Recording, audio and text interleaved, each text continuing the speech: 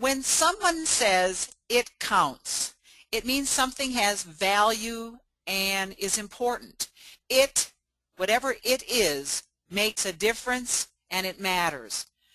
When a person says make it count, they usually mean that whatever they are doing or experiencing, they are going to make the most of that opportunity.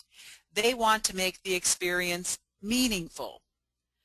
We are taking these two ideas today to remind us of how valuable and important it is to give people access to core vocabulary.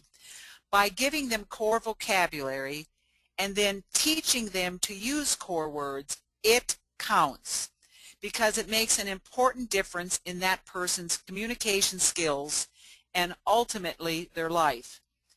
Then today we want to make the most of the different activities that are part of special education programs and make them count by using these activities as opportunities to practice use of core vocabulary.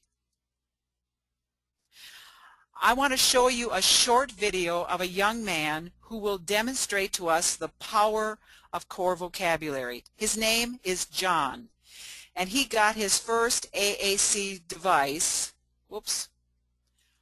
He got his first AAC device when he was 26. In this video clip, John is telling me about something that happened in his life. In his telling of his experience, you'll notice that he uses all core vocabulary. There he goes.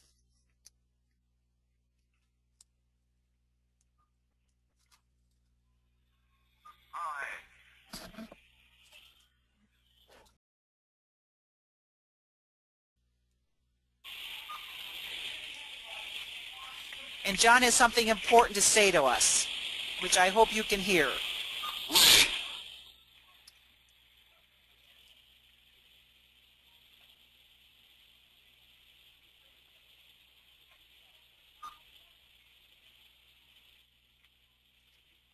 He's building his sentences word by word, and then he's going to speak everything. I wait for. So John, you've told me quite a story. Why don't you hit speak display so everybody can hear the whole story? Thank you. It was time to eat. I wait and wait. No one there. No one come. I'm afraid no one here will help me eat. I wait for. She come and say to me, you don't tell. She beg and lead. She go away. I wait for. Well, I'm glad you could tell me about it. Is there something you need me to do to fix it? He says no. Take care of it yourself. Excellent.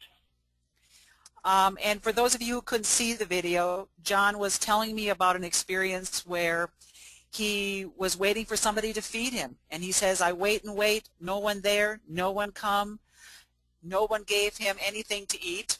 And when he complained, his caregiver said, you don't tell. And in the showing of this video, it can be a little sad and discouraging, but it's also encouraging because John, unbeknownst to his caregiver who told him don't tell, he has the ability with the use of core vocabulary to report his abuse and change what was happening in his life. In the intervention program that we implemented for John, we focused on teaching him a small group of 350 to 400 simple everyday words from all word groups that covers 70% of what everyone needs to be able to say. And this is true not only for English, but for all languages. Wherever people live and talk in the world, they are using core vocabulary for the majority of what they are saying. Now, I don't want to spend our time today defining and explaining core vocabulary. If the idea of core vocabulary is totally new to you, I suggest you interact with your local Prenkeramik Deutschland or Prenkeramik International consultant, who will be more than happy to help you learn more about core vocabulary. Instead, let's focus on how to make activities count by using more core vocabulary in those activities. Let's consider the subject of mathematics, something that is taught in every school around the world.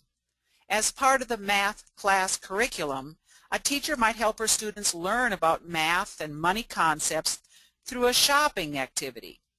In the activity, the students count their money, make a budget, and then go shopping at the school store. During this practical activity, the students are learning valuable lessons that they will need throughout their entire lifetime as consumers. Later in the day, other activities are done to reinforce the math concepts.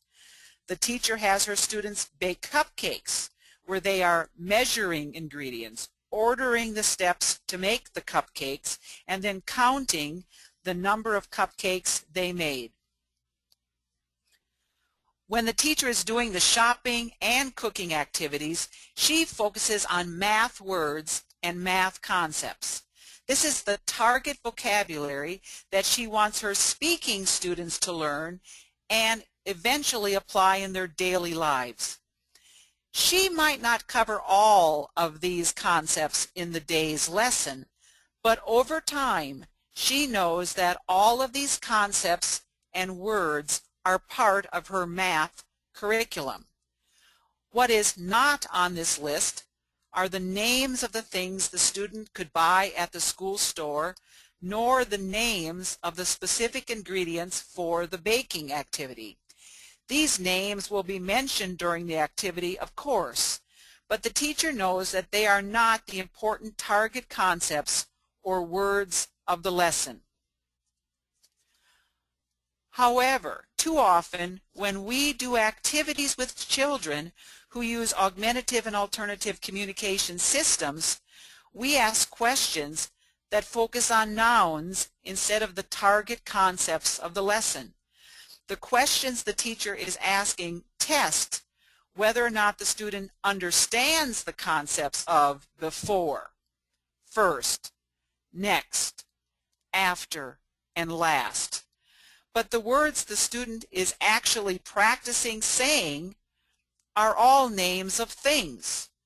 We forget that the purpose of this lesson is for the students to communicate the ideas of before, first, next, after, and last in their own language, so that eventually the student can express these ideas in other activities, such as directing a caregiver in the order in which he or she wants to get dressed, or an assistant who is helping position him or her properly in his wheelchair.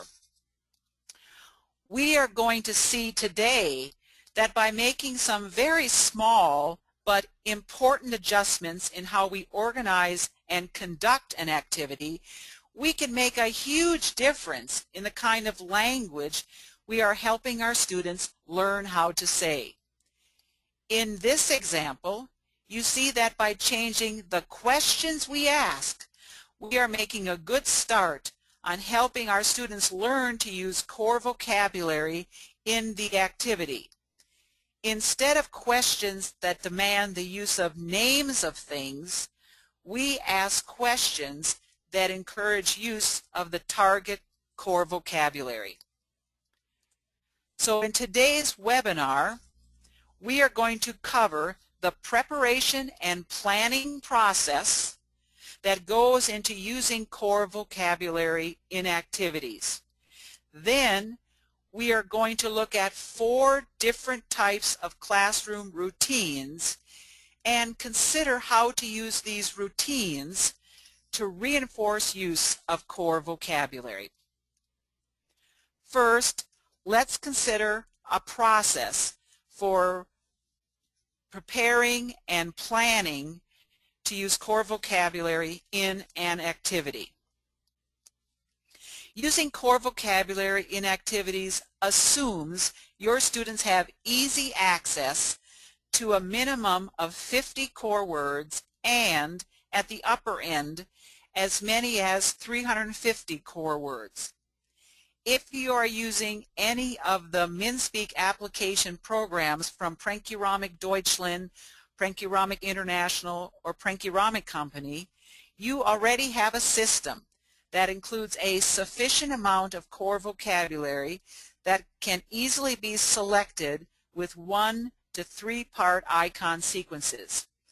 If you are using other devices or programs, you need to evaluate whether or not the student has sufficient core vocabulary. The other assumption is that you have clearly defined your communication goals. For beginning communicators, that usually means we have goals related to the reasons you want the person to talk. Then we teach core words that would logically communicate those reasons for talking. If the reason to communicate is to get assistance, then the logical target English core word is the word help. And depending on the language level, you might aim for only a one-word utterance, like the child saying help, or a combination of 2 to 4 words, where the child is required to say help me or help me do it. The young woman who is going to demonstrate this planning process with me is already a capable communicator, but she has agreed to stage this demonstration with me. Her name is Robin, and she is using a device with sufficient core vocabulary, so she meets that requirement. For the purpose of this example, I am going to focus on a variety of reasons for talking, and I have selected target words for those purposes. I'm going to model these words visually and verbally and expect her to try and produce both single words and short sentences. The first step in the planning process is to select activities that provide an appropriate context for practicing the target core vocabulary and language. When you're selecting activities, ask yourself these 3 questions. Does this activity encourage social interaction so that the child understands the social context for talking? Reading a book together is social. Reading silently is not. Does this activity have a shared focus so that you are focused on the same materials and doing the same things with those materials? Playing a game together involves a shared focus. Each child playing a game on an iPad does not. Finally, does this activity focus on the process of communicating and interacting, not just on production of an end product? Cooking dinner with friends is a fun process.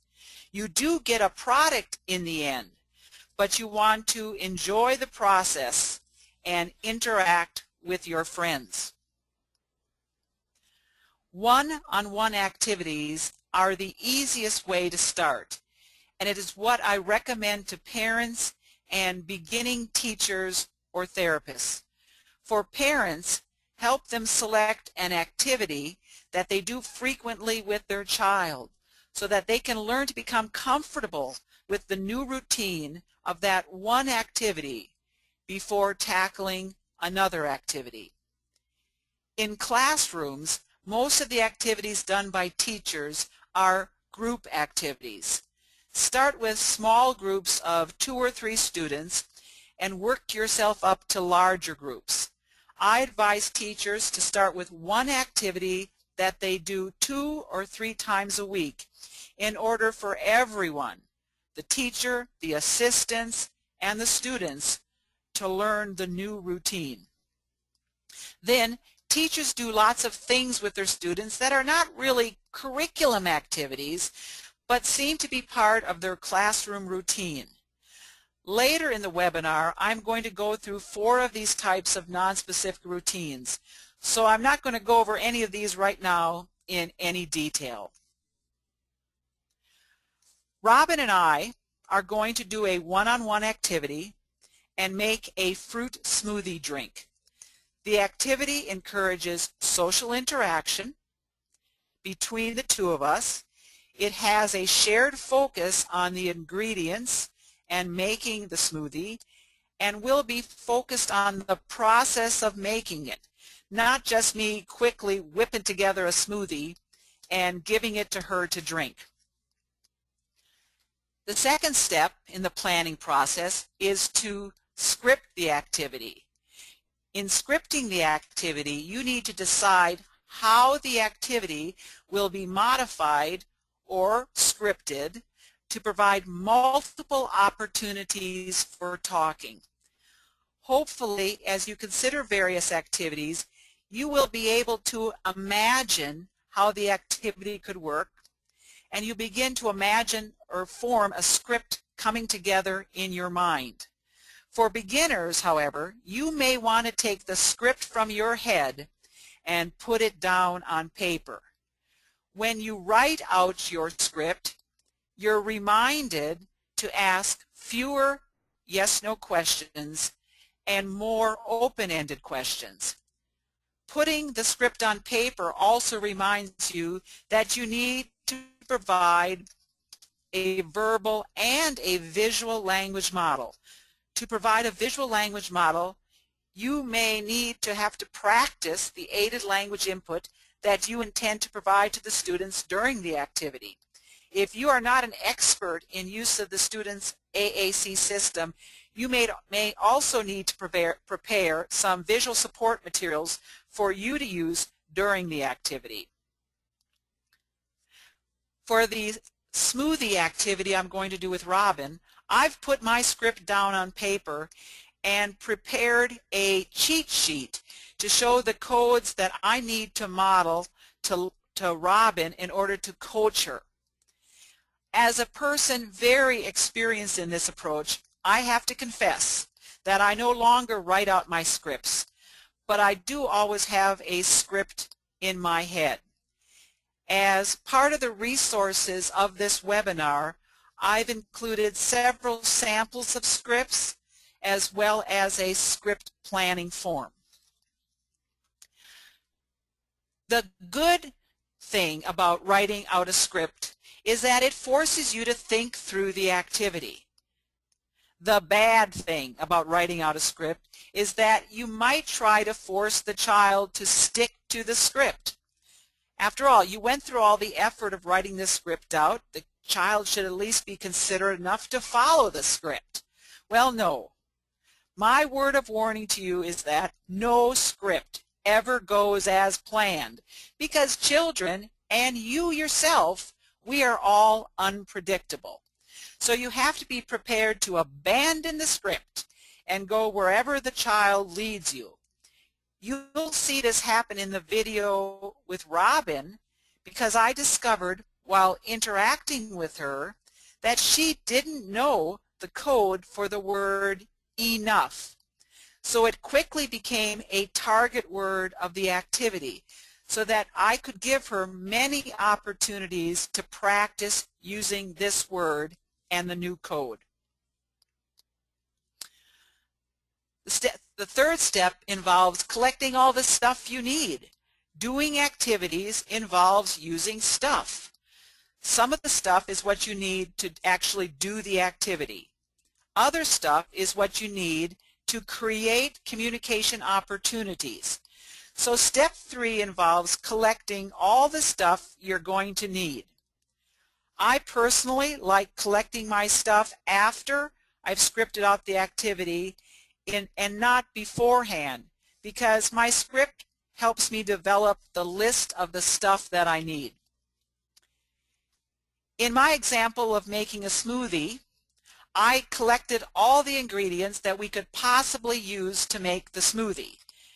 Now you might notice that some of my ingredients look a little odd. Why would I provide the option of crackers or bread or feta cheese or tuna fish in a fruit smoothie?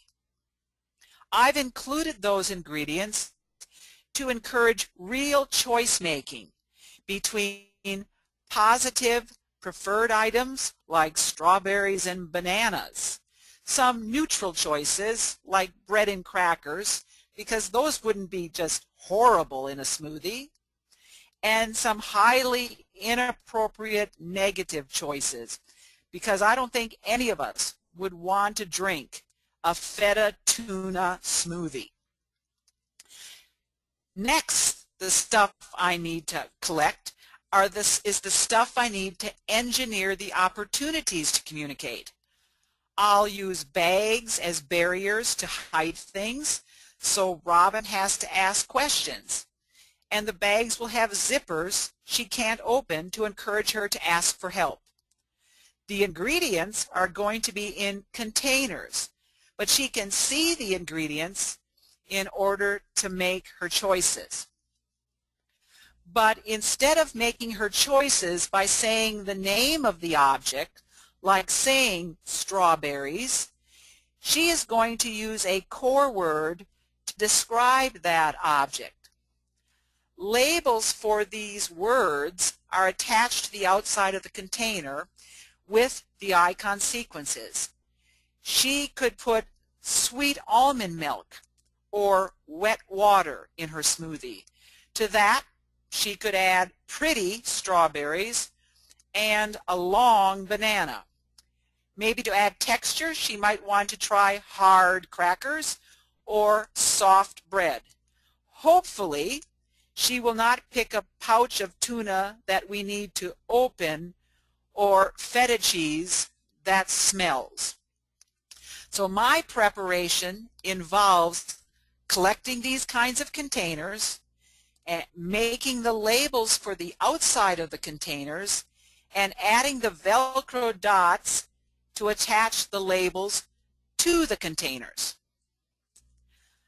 Let's take a look at the video of me doing my activity with Robin. It is a long video, and once again I apologize to those folks who cannot see it. I will try to narrate a little bit about what goes on, but again, please take some time and go to the YouTube to take a look at this video.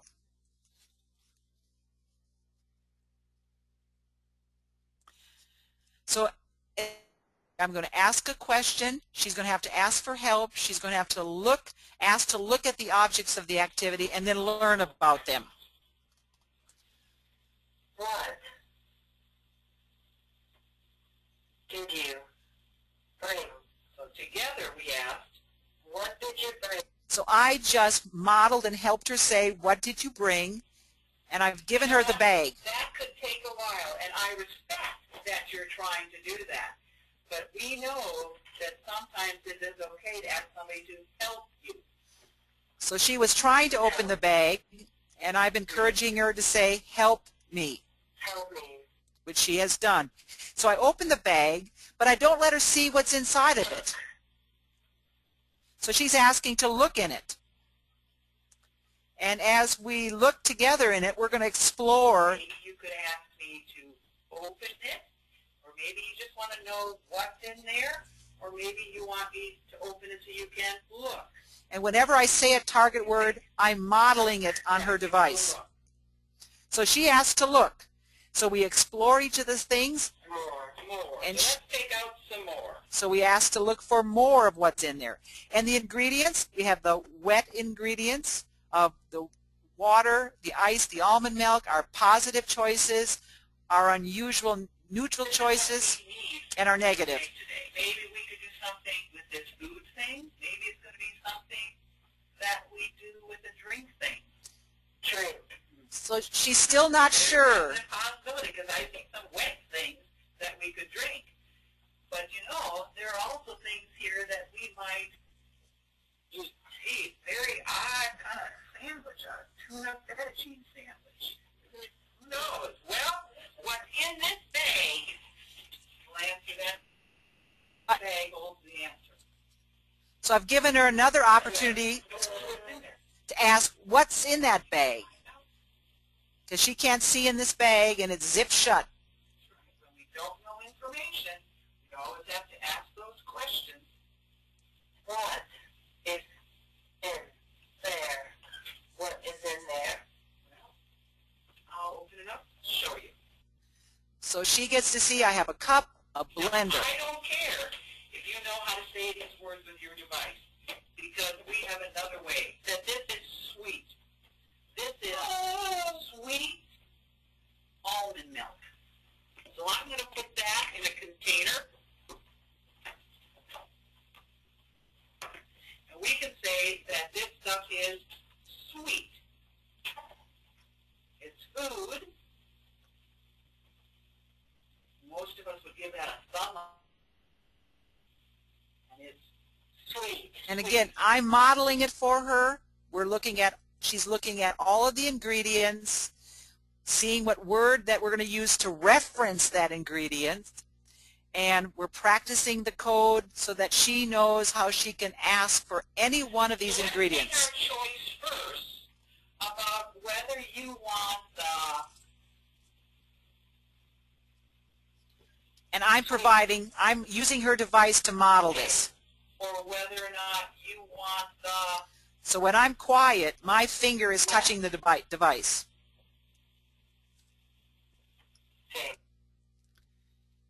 And she chose the sweet thing. So that means she wants almond milk. You need to let me know the amount, how much you want. So you'll tell me whether to put in more. It's enough. Okay? More. Okay? More. Okay? So each time, I'm just adding a little bit each time. And this is where we discovered that the word enough is new to her. That's a new code for you. So enough starts with the drink symbol, and it's describing how much. So it's an adverb. So drink to adverb. You're welcome. So I've modeled it for her. And she says enough. Put in some of those pretty strawberries, some long banana, hard cracker, soft bread. Do I need to open the tuna or get that smelly feta cheese? Long thing. Okay, let's add the long thing. All right, all of it. Let's add all of that. And I still have 5 other choices. So we started doing some more quantity things. None of these strawberries. None. What do you think about any of these choices? None. I'm glad you used that word again. None. We aren't going to use any of those. None of those. So I'll put in 1. So we're adding some ice to make it cold. For example, enough. That's enough. 2 ice cubes. All right? Take a peek at that. How smooth that looks? Enough. Okay, that was a good target word we discovered. Enough. Well, another opportunity. More or enough? Little more. Little more. Okay. And it took us 30 minutes to actually make the smoothie. Once I had discovered that she didn't know the code for enough, we could put in, I put in some ice. That's enough. We blended it. It was enough blending. I poured some in her cup. Wasn't enough for her, so she had to ask for a little bit more until there was enough. So that's a nice example of how I really had to kind of throw my script out of the window and go in another direction. And again, for those of you who haven't had a chance to see the video, it's worth going to take a look at it at YouTube. But for those of you who did see how this works, one-on-one with a grown-up adult who's cooperating you is very different from doing this with a real-world classroom full of unruly kids. And that's what we're going to look at next, of how does this actually look when you try to do this with kids in a classroom. And before I show you the video, I want to say that the special education class that I'm visiting has 7 students, 6 who are non-speaking. And this is my first visit to the classroom.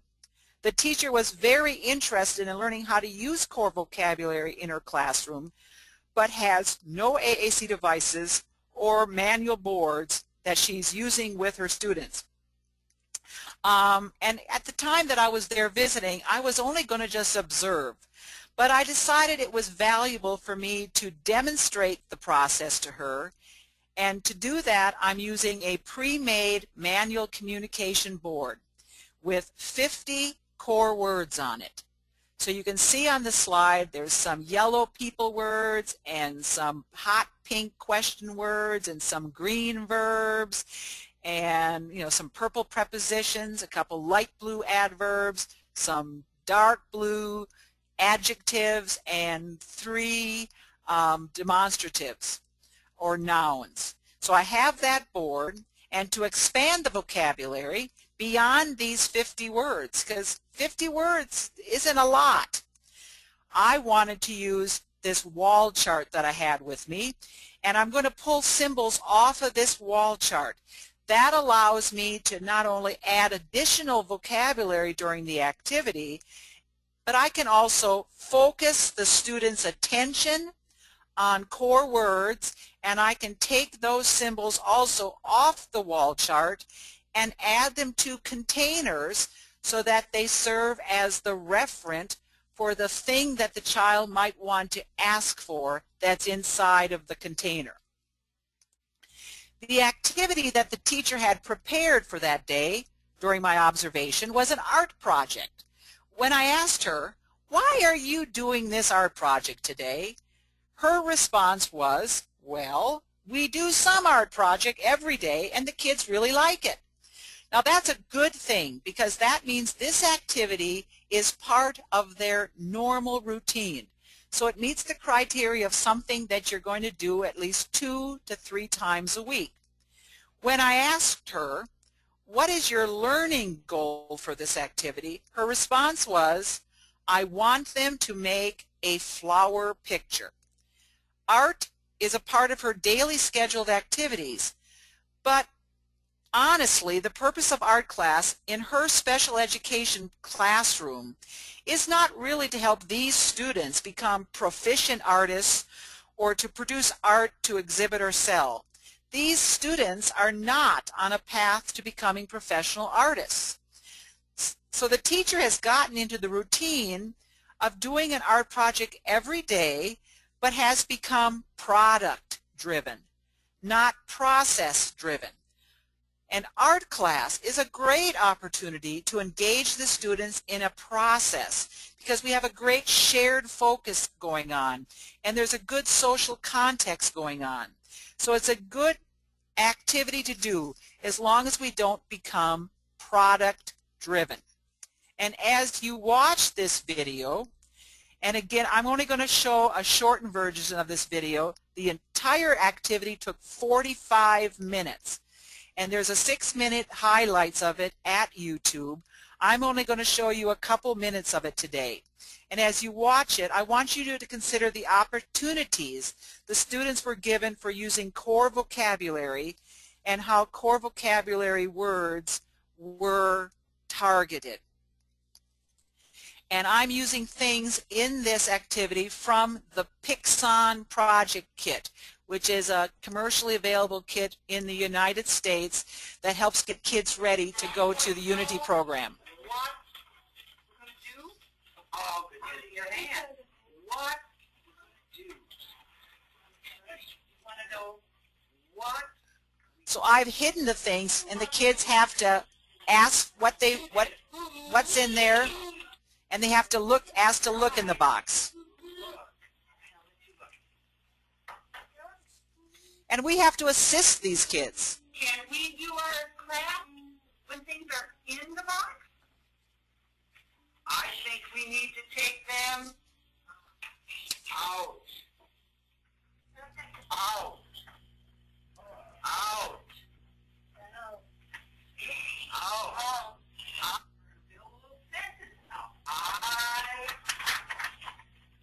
You're saying, I take it out. Oh, you look the whole time. All right, take something out. And this was another good use of those loose symbols. I could organize them to make a sentence. Something out, you're touching it. What did you do? Out. Took something. So all the objects were explored. They're made of different colors and size and textures. So the words I chose to reference these objects was the word this and that. So the kids can... That one. Sure. Which one out of that? So on the outside of my box, I had the word this on one box, and on the outside of the other box, I had the word that. Sammy, we need more to make our flowers. Boys over here, we need more.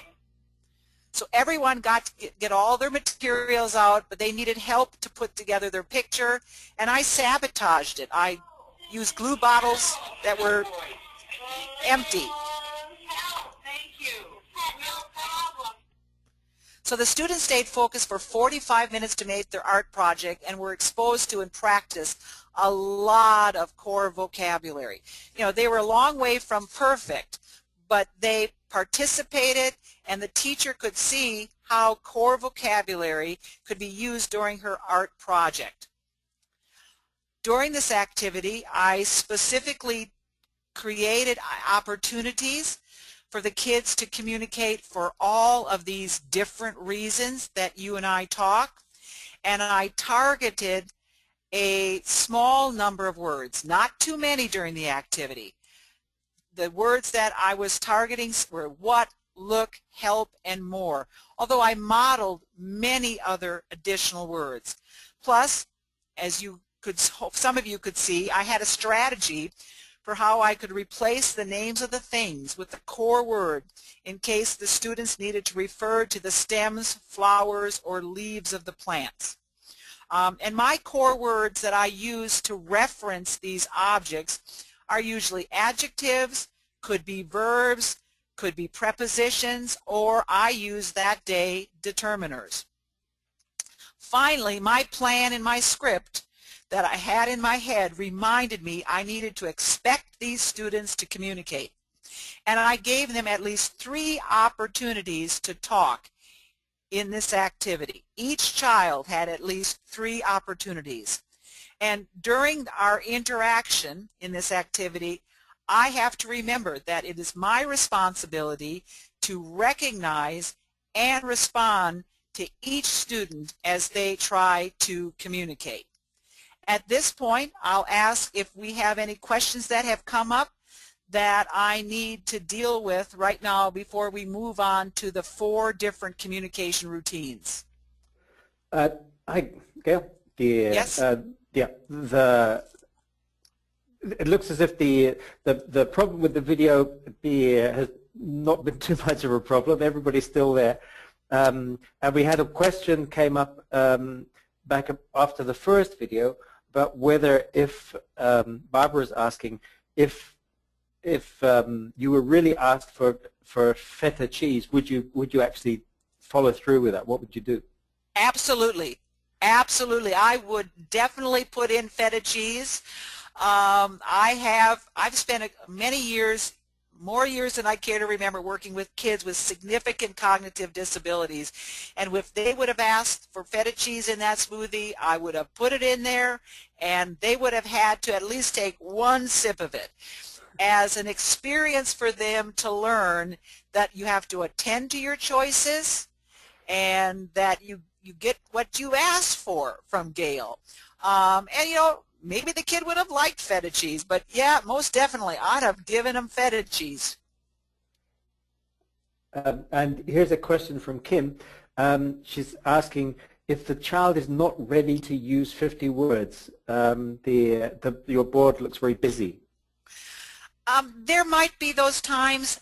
What I would probably do I know I would do if that kid really could not attend to all 50 words, I'd keep that display, and I would take a piece of paper that's the same size and create a visual mask, so that if I really was only going to target these kids saying 4 words, then only those 4 words would be showing on that display.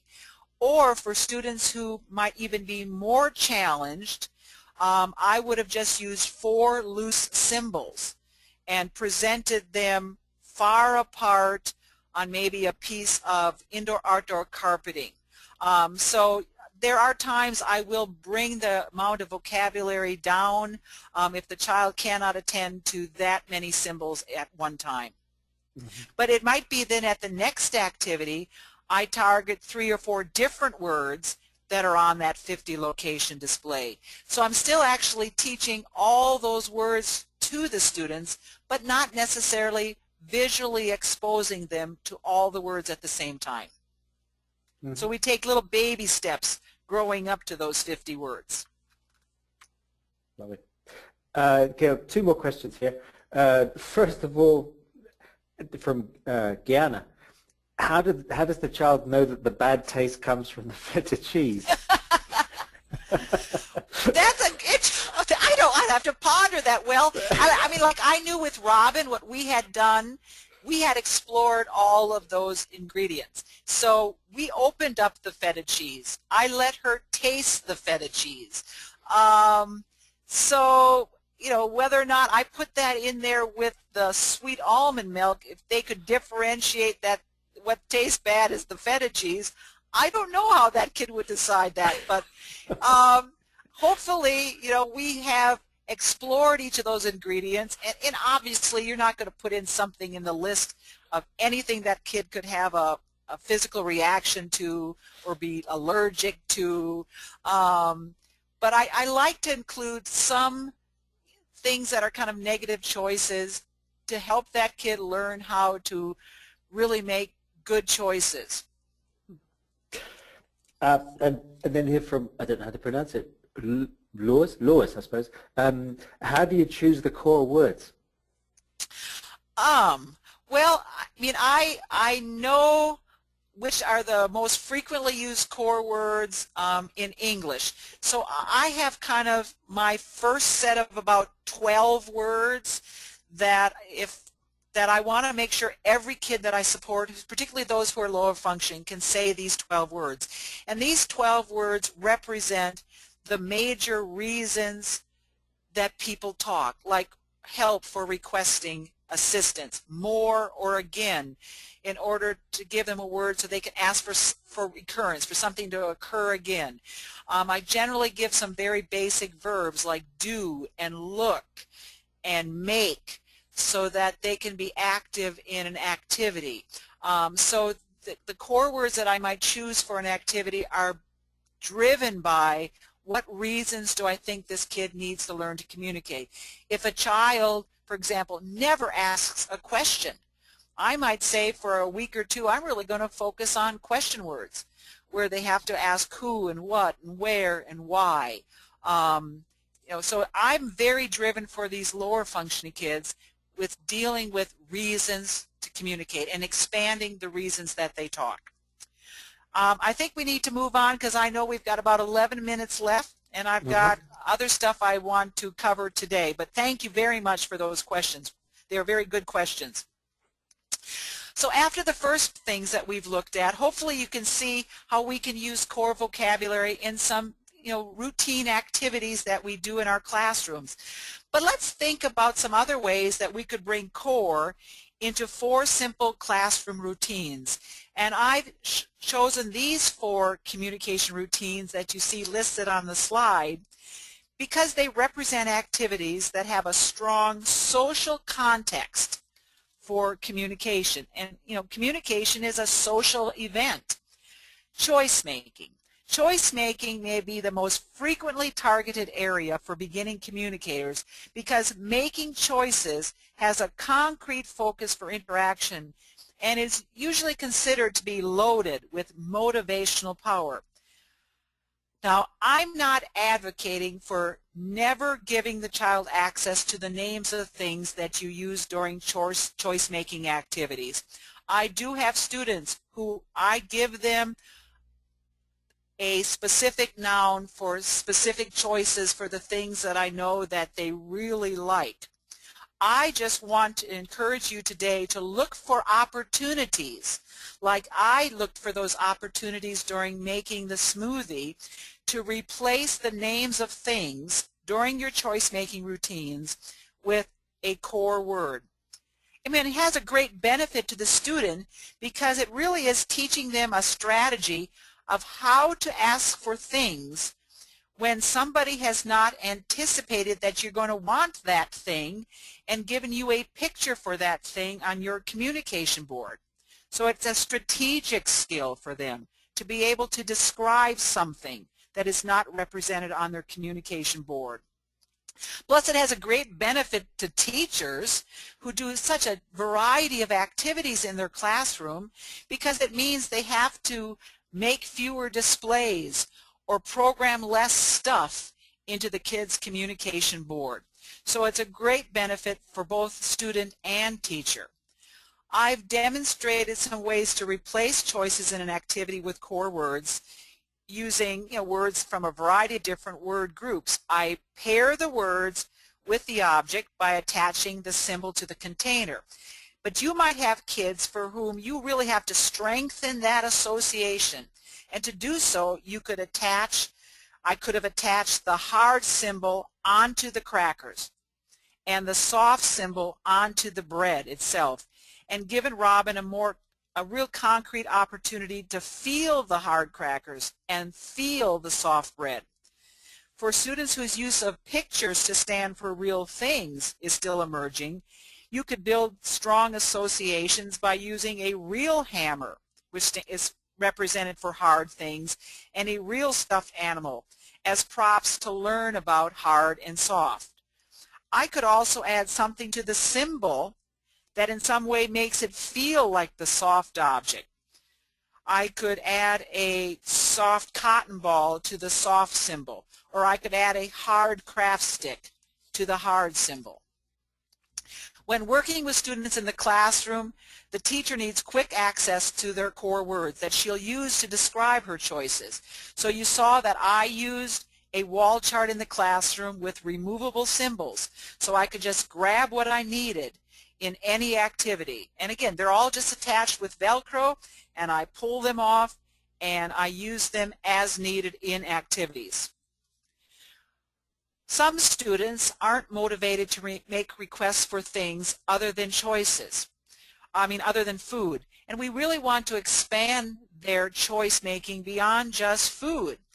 And you could consider having the person request another person they could work with, or an action instead of an object, or a place where they want to work, or a time when they want to do something.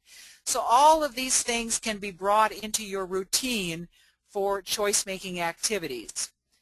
The next routine I want to look at is sharing information. The goal of sharing information is fundamentally to share about life events. What happened to you? Tell me a story about your life. And sharing information is an important first step in a child being able to engage in conversation. You can imagine a child who comes to school with a new toy and you say, "Oh, I see you have a new toy." That little prompt you give the child hopefully will cue them to tell you about the toy, about when they got it and where they got the toy. Now, you and I could tell a couple-minute story about a trip to McDonald's and getting these toys in a Happy Meal. But for most young children and beginning communicators, we need to draw out the information by asking questions about what they did or where they went or who they saw.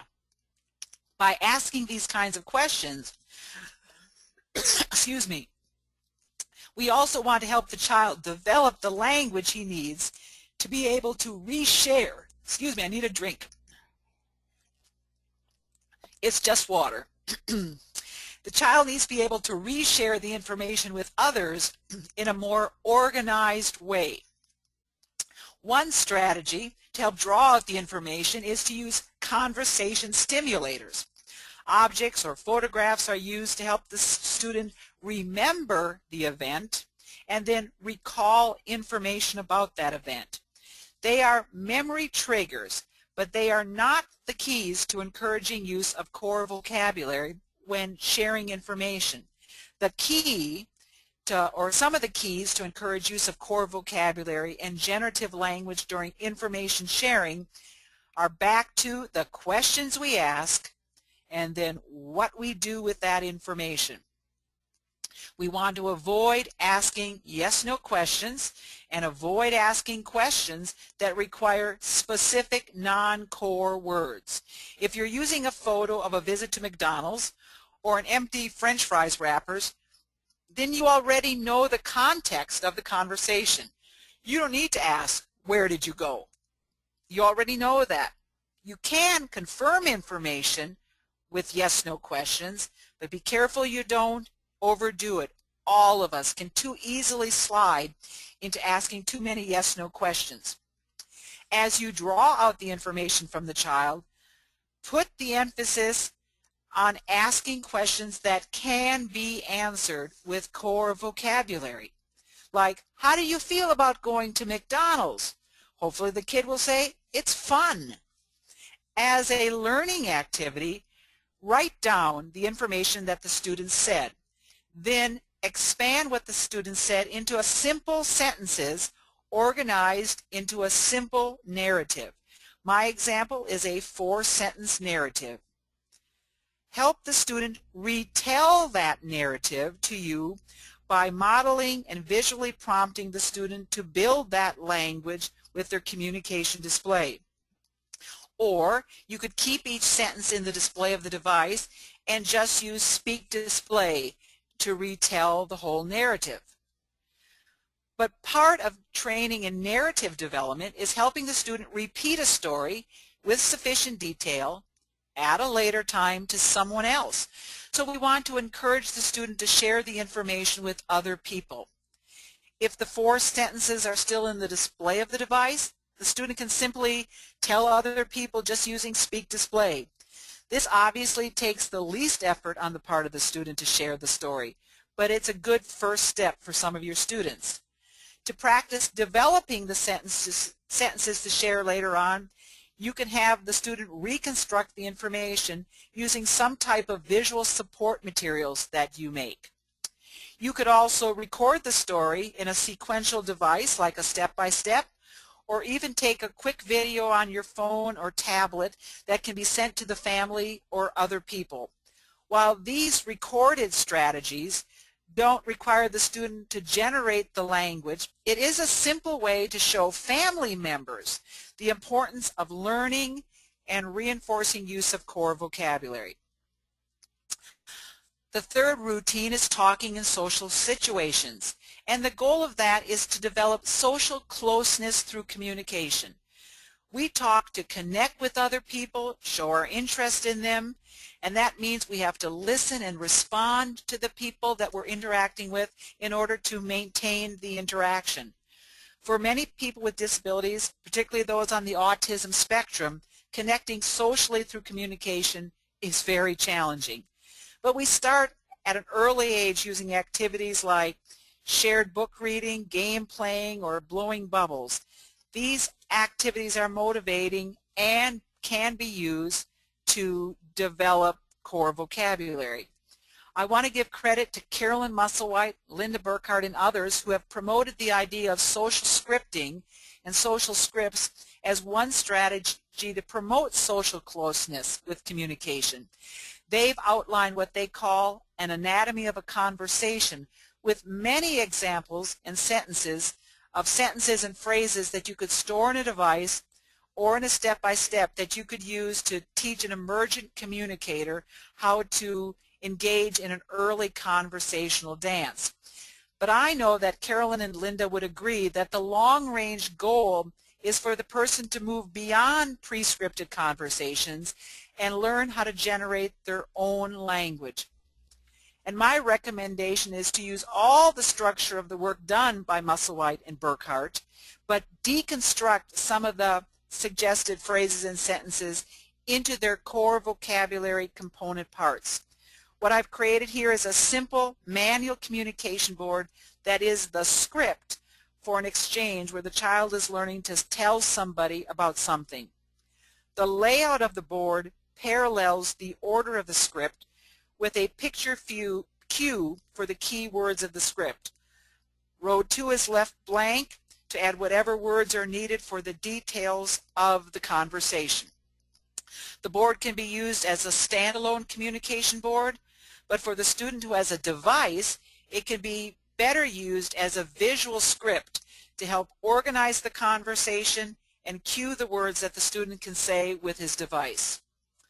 Our last and final area is acting appropriately with others. And this idea is all about social etiquette. Many parents are concerned with their children learning how to be polite with others, and they want their children to say hello, goodbye, please, thank you, and sorry. These words are not usually my highest priority, but because they are important to parents, they're important to me. However, another component of social etiquette involves the art of negotiation. People with disabilities need to learn how to negotiate transitions, changes, disappointments, and anything else that might trigger an emotional outburst. So I tend to focus on making sure they know core words that they can use to negotiate time, that they can use to negotiate actions they want to have happen, or about the condition of something. Joshua used to have some behavior problems, which he used his behavior to control his world. However, he's learned the language of negotiation, which helps him regulate his own behavior and, most importantly, control his world with words. At first, he was asked to use only a single word because of time constraints. Now he uses his words of negotiation in complete sentences to negotiate his schedule, exercise his independence when he wants to do something, and prevent problems from getting out of hand. So he has learned to replace his negative behaviors with use of core language in his life at home and in the classroom. So our focus today has been on ideas for implementing more core in activities that we do with children and adults, as well as how to infuse core vocabulary into some of our classroom routines. I hope that this webinar has challenged you to think about doing things in new ways and has inspired you to use more vocabulary. So before we end, does anyone have any other questions or comments that you would like to share?